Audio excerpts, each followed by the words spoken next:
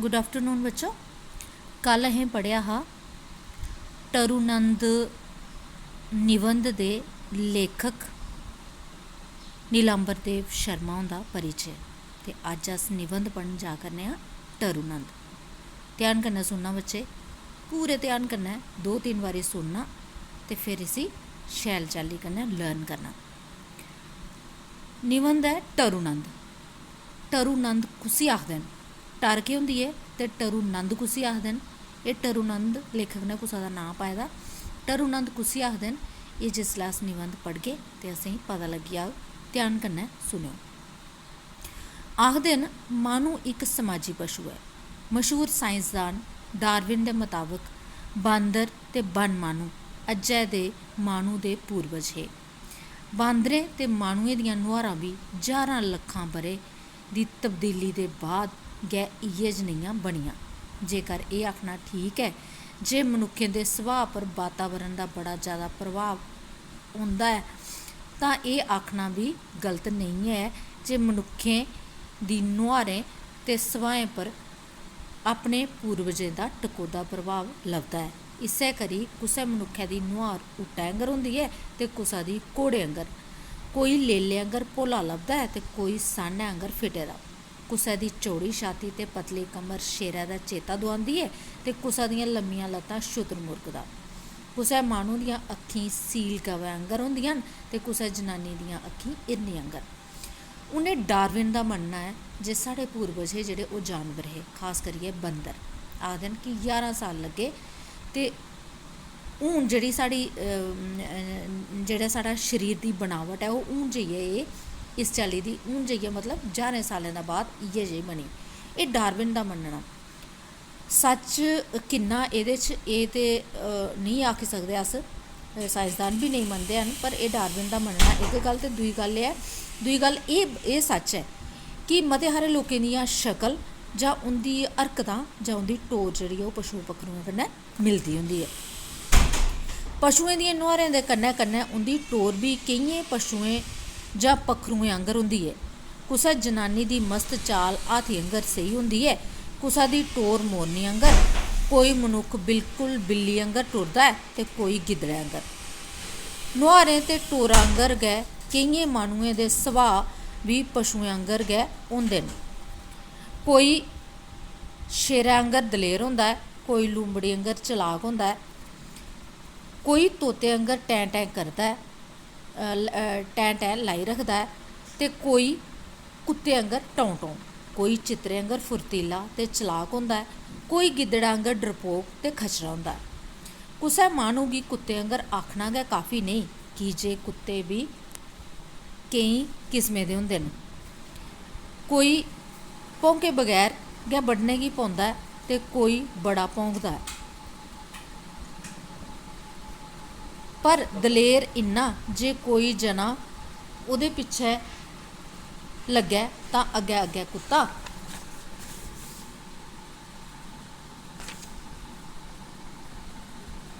ते पिच्छें पिच्छें माह्नू, पर फ्ही बी उसदा टौं टौं बंद निं होंदा।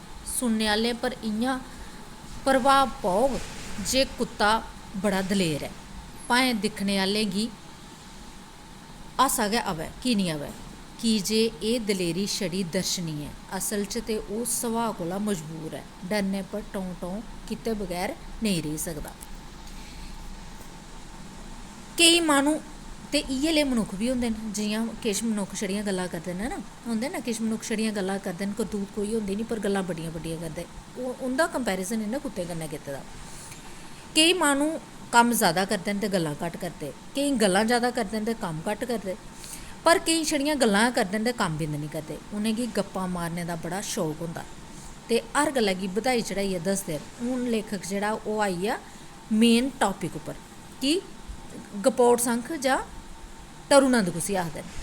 नेह् माह्नू गी गपोड़ संख बी आखदे न, जेह्ड़े छड़ियां गप्पां मारदे न, छड़ियां गल्लां करदे न। पर गप्पै च सच्चाई दा किश ना किश अंश होंदा है, जिंदे च सच्च कैंतर मात्रा बी नेईं होऐ। एह् क्वेश्चन बी है थुआढ़े सलेबस च, ध्यान कन्नै सुनेओ। जिंदे च सच्च कैंतर मात्तर बी नेईं होंदा, छड़ा झूठ जां कल्पना गै उसी टर आखदे न ते टर लाने आह्ले गी टरू नंद आखदे न। टर कुसी आखदे न, टर केह् होंदी ऐ ते टरू नंद कुसी आखदे न, एह् तुं'दा आंसर इत्थै आई गेआ। ऐसी गल्ल जेह्दे च सच बिल्कुल निं होवै, कैंतर मात्तर निं होवै, छड़ी कल्पना जां झूठ होवै, उसगी अस टर आखने आं। ते जेह्ड़ा टरां लांदा बोलदा ऐ जेह्ड़ा, उसी अस टरू नंद आखने आं। टर लाने आह्लें दियां केईं किस्मां होंदियां न, जि'यां कि कोई निक्की टर लांदा ऐ उसी अस टरू नंद आखी सकने आं। कोई बड्डी टर लांदा ऐ उसी अस महावीर चक्कर मिलने आह्ला योद्धा आंगर टरू नंद आखने आं। ते जेह्दियें टरें दा कोई मुकाबला गै नेईं कीता जाई सकै उसी अस परम टरू नंद आखगे। ते क्वेश्चन तुं'दा इक होर आई गेआ ऐ कि टरू नंद किन्नी चाल्ली दे होंदे न। ते टरू नंद किन्नी चाल्ली दे होंदे न? 3 चाल्ली दियां होंदियां न टरां। पैह्ला टरू नंद, दूआ महा टरू नंद ते त्रीया परम टरू नंद। आओ अज्ज इ'नें टरू नंदें चा किश कन्नै थुआढ़ी मलाटी कराचै। हून टरू नंद न जेह्ड़े, मतलब गप्पां जेह्ड़े मारने आह्ले, झूठ बोलने आह्ले लोक न, उं'दे कन्नै लेखक ने मलाटी बी कराई, मलाटी मतलब इंट्रोडक्शन बी कराई दी ऐ। लेखक पूरी चाल्ली कन्नै तुं'दे कन्नै उं'दी बाकफी करांदा ऐ। बाकफी कि'यां करांदा ऐ, सुनो। एह् न श्री आहू चशम जी, आहू चशम उं'दा नांऽ ऐ। नांऽ इं'दा भामें किश होर ऐ, पर अपनी मस्त अक्खीं करियै इ'नेंगी आहू चशम जां हिरनै आंगर अक्खीं आह्ला आखदे न। एह् जमांदरू आहू चशम जां अपने गुणें करी आहू चशम खोआन लगी पे, एह् आखना मुश्कल ऐ, की जे इं'दियें अक्खें दी मस्ती इं'दी बाजा च लभदी ऐ। एह् मेरे इक क्लास फैलो न।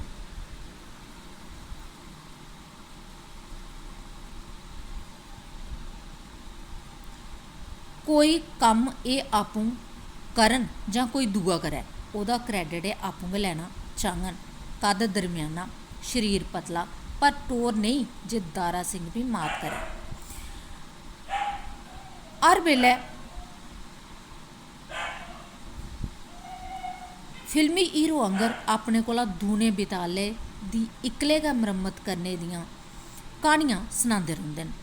उं'दियां टरां सुनियै इ'यां सेही होंदा ऐ जि'यां फिल्मी लेखकें उं'दे कारनामें गी दिक्खियै गै दारा सिंह गी फिल्में च पैह्लवानी रोलें आस्तै आंदा हा। उं'दी वीरता दियें नित्त नमियें गल्लें कोला तंग आइयै इक दिन असें उं'दी ब्हादरी दा परतक्ख प्रमाण दिक्खने दा निश्चय कीता। आहू चशम होर साढ़े कन्नै गै पढ़ने आह्ले इक मते शरीफ पर तगड़े जागता दा हर बेल्लै मौजू लैंदे रौंह्दे हे। पर ओह् इन्ना चंगा हा जे हर बारी अनुमान आखने पर बी चुप रौंह्दा हा। साढ़े इक मित्तर ने उस्सी आखेआ, जे तुगी पता ऐ आहू चशम तुगी अनुमान की आखदा ऐ? तुगी ते ओह् बिल्कुल लिग्गड़ ते नकारा समझदा ऐ। हर बेल्लै साढ़े सामनै तेरा मौजू कसदा ऐ। केह् कदें उ'न्नै तेरी इन्नी मरम्मत कीती जे तूं उं'दे सामनै कदें बी मूंह् नेईं खोलने दी सगंध लैती दी ऐ? असें दिक्खेआ जे साढ़े जमाती पर किश असर होन लगा ऐ, पर उसी पूरी चाल्ली इ'नें गल्लें पर यकीन नेईं होआ। इन्ने चिरै गी आहू चशम होर उद्धरा औंदे लब्भे। असें अपने जमाती गी छप्पियै सारियां गल्लां सुनियै आपूं गै निर्णय करने गी आखेआ। मेरे मित्तर ने आहू चशम गी अनुमान बारै पुच्छेआ। अनुमान दा नांऽ सुनदे गै आहू चशम होर अपनी फार्मा च आई गे। ओह् साला निरा दब्बू ते जमदर, हाली अत्तरूं गै में ओह्दी ओह् दुर्गति कीती ही जे सारी उमर चेता रक्खग। द'ऊं घसमुन्ने बी दित्ते हे, जिंदे करी ओह्दे सामने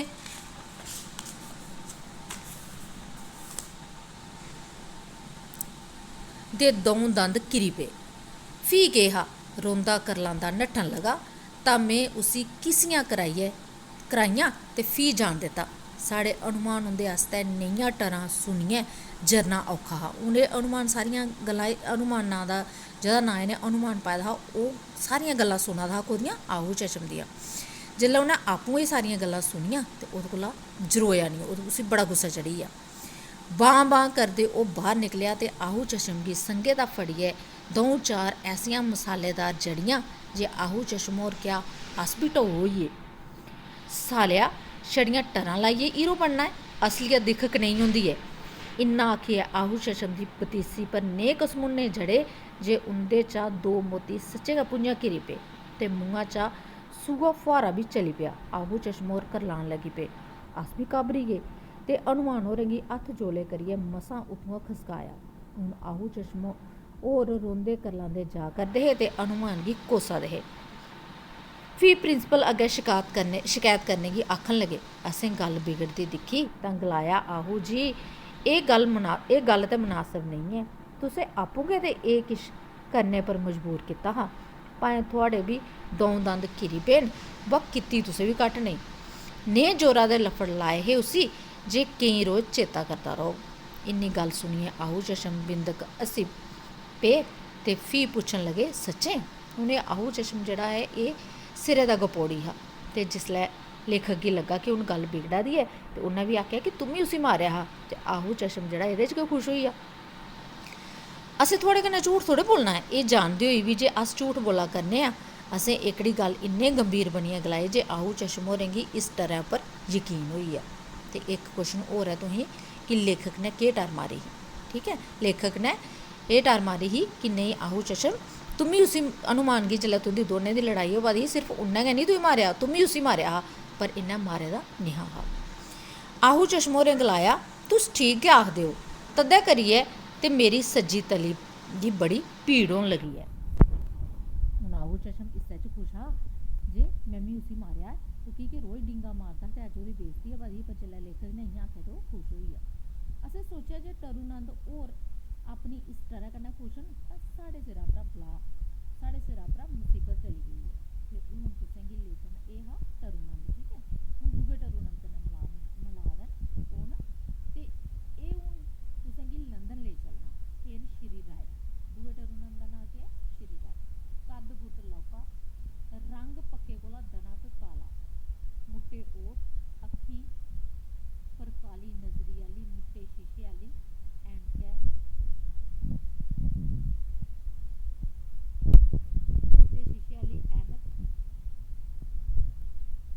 हेठ द'ऊं अक्खियां जेह्ड़ियां बड्डे बड्डे प्लास्टर दे द'ऊं बीड़े आंह्गर। शक्ल दिक्खियै ते उं'दे पर मान करदे सुनियै हासा औंदा, पर उं'दा केह् बिगड़दा? ओह् ते अपने आपा गी जूनियर शत्रुघ्न सिन्हा समझदे न।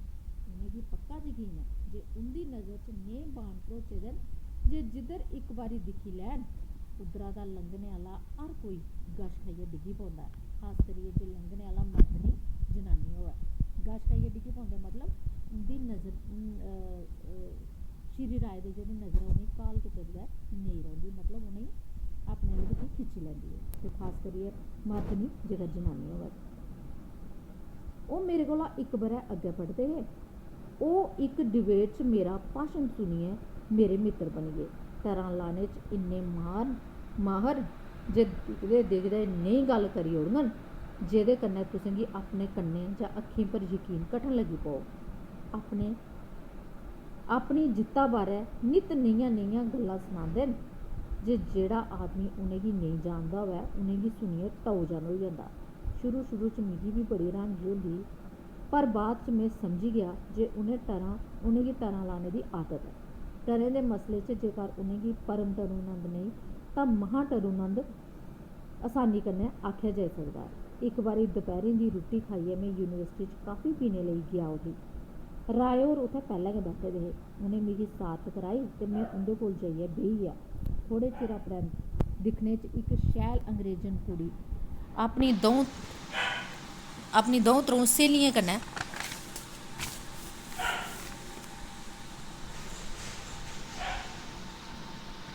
साढ़े कन्नै आह्ले टेबल उप्पर आई गेई। ओह् कुड़ी मेरे इक पाकिस्तानी दोस्त दी गर्लफ्रैंड ही। इसलेई जिसलै असें इक दुए गी दिक्खेआ तां हस्सियै मुंडी ल्हाइयै इक दुए गी विश कीती। राय होरें गी इस गल्ला दा पता नेईं लग्गा। ओह् समझन लगी पे शायद ओह् कुड़ी उ'नेंगी दिक्खियै हस्सी पेई। फ्ही केह् हा, राय होरें गी कुर्सी पर बैठे दे जि'यां ओह् बंड होन लगे होन, कदें सज्जै पास्सै ते कदें खब्बै पास्सै होन, तां जे उं'दियां नजरां उस कुड़ी दियें नजरें कन्नै मिलन। में एह् सब दिक्खियै बी अनजान बने दा रेहा। राय होर नचिंत होने लेई मिगी पुच्छन लगे, शर्मा जी गी जानदे ओ? हून श्री राय हे जेह्ड़े उ'नें गप्पां मारनियां हियां नी, ते ओह्दे कोला पैह्लें झूठ बोलना ही उ'नें। ओह्दे कोला पैह्लें ओह् एह् पुच्छना चाहदे हे कि क्या एह् कुदै भागव ते निं ऐ एह्दी। ते उ'नें उसी पुच्छेआ कि क्या तुस इसी जानदे ओ? नेईं, में कोरा झूठ बोलेआ। मेरे इस परते ने ते राय होंदा सारा झाका मटाई ओड़ेआ। बड़े नझक्क होइयै ओह् आखन लगे, अजकल मेरा एह्दे कन्नै रोमांस चला दा, इक दो बारी पिक्चर बी किट्ठे दिक्खी आए आं। मिगी पता हा जे एह् सब झूठ ऐ, पर फ्ही बी में एह् आखियै उं'दा मूंह् नेहा पढ़ना चांह्दा। में अपने प्रोफैसर गी मिलन जाना हा, इसलेई में राय हुंदे कोला परतक्ख रूपै च ते उस कुड़ी कोला नजरें कन्नै आज्ञा लेइयै काफी हाउस चा बाह्र आई गेआ। हल्ली में प्रोफैसर गी मिलन जा गै करदा हा तां में दिक्खेआ ओह् कुड़ी बी बाह्र आई गेई। में रुकी गेआ।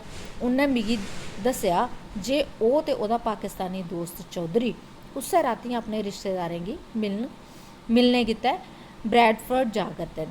फ्ही में प्रोफैसर गी मिलियै चौधरी गी मिलन गेआ। उ'नें दौनें गी गड्डी बी बठाई आया। दूए दिन राय हुंदे कन्नै फ्ही मेरी झत्त काफी हाउस च होई गेई। मिगी दिखदे गै ओह् कुर्सी परा उट्ठे ते मेरी बांह् फड़ियै मिगी अपने कोल कन्नै आह्ली कुर्सी पर बठाया। आखन लगे, शर्मा जी,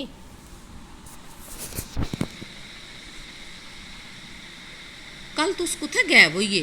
थुआढ़े इत्थुआं जाने परैंत ओह् त्रैवै कुड़ियां मेरे टेबल पर आई गेइयां। फ्ही लगियां गप्पां लग्गन। ओह् कुड़ी थुआढ़े बारे च बी पुच्छा करदी ही। केह् नांऽ ऐ ओह्दा? में पुल्ले जनेही मुहां कन्नै पुच्छेआ। हून लेखक उसी एह् पुच्छना चांह्दा हा कि किन्ना गै झूठ बोली सकदा। हून लेखक ने उसी आखेआ, तुस पैह्लें मिगी ते दस्सो कि ओह्दा नांऽ केह् हा? बड़े इ'यां अराम कन्नै उ'न्नै पुच्छेआ ताकि इसी पता निं लग्गै, शक्क निं होऐ। मिस फेब्रुकस। उ'नें टर लाई, झूठ बोलेआ, इ'यां गै बोली बैठा कि मिस फेब्रुकस। बाद च अस दवैं जने पिक्चर दिक्खन गे। पिक्चर घट्ट दिक्खी ते रोमांस मता कीता। हून ओह् आहू चशम जेह्ड़ा ऐ, श्री राय जेह्ड़ा ऐ, ओह् उ'नें गी सना दा कि कोरा झूठ, किन्ना झूठ बोला दा कि अस बाद च फिल्म दिक्खन गे उठी। पैह्लें गप्पां मारियां, फिल्म दिक्खन गे उठी ते फिल्म घट्ट दिक्खी, रोमांस मता कीता। ओह् किश होर बी आखा दे हे, पर हून मेरे कोला नेईं जरोआ।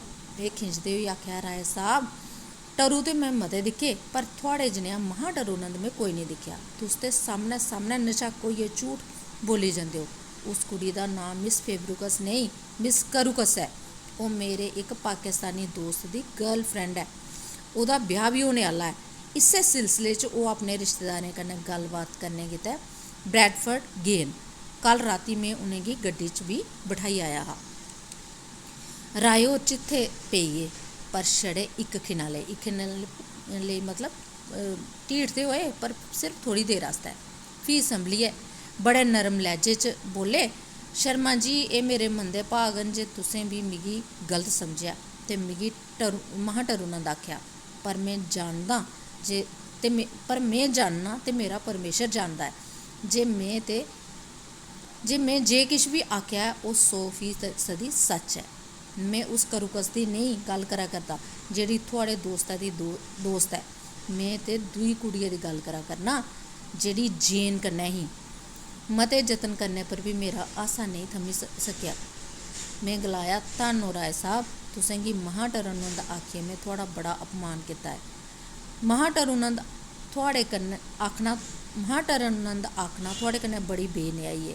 तुसें गी ते परम टरूनंद आखना लोड़चदा ऐ। इन्ना आखियै में काफी पीते बगैर गै बाह्र उठी गेआ। ते एह् ही क्हानी, निबंध टरूनंद, जेह्ड़ा तुसें सुनेआ कि जेह्ड़ा टरूनंद होंदा ऐ ओह् गप्पां मारदा, झूठ बोलदा। जेह्ड़ा बड़ा ज़्यादा झूठ बोलदा ओह् महा टरूनंद होंदा, ते जेह्ड़ा हद्द कोला ज़्यादा श्री राय आंगर जिंदियें गप्पें दा कोई झूठा दा कोई मुकाबला गै निं होंदा, उसी अस परम टरूनंद आखने आं। इस चाल्ली कन्नै लेखक ने असेंगी समझाया जे टरूनंद कुसी आखदे न, टरां किन्नी चाल्ली दियां होंदियां न। शैल चाल्ली कन्नै तुसें 2-3 बारी इस वीडियो गी सुनना, दिक्खना ते फिर समझियै शैल चाल्ली कन्नै इसी याद करना। क्वेश्चन आंसर में तुसेंगी कल भेजङ। ओह् क्वेश्चन आंसर जेह्ड़े न ओह् शैल चाल्ली कन्नै अपनी नोटबुक उप्पर उतारी लैने। ठीक ऐ।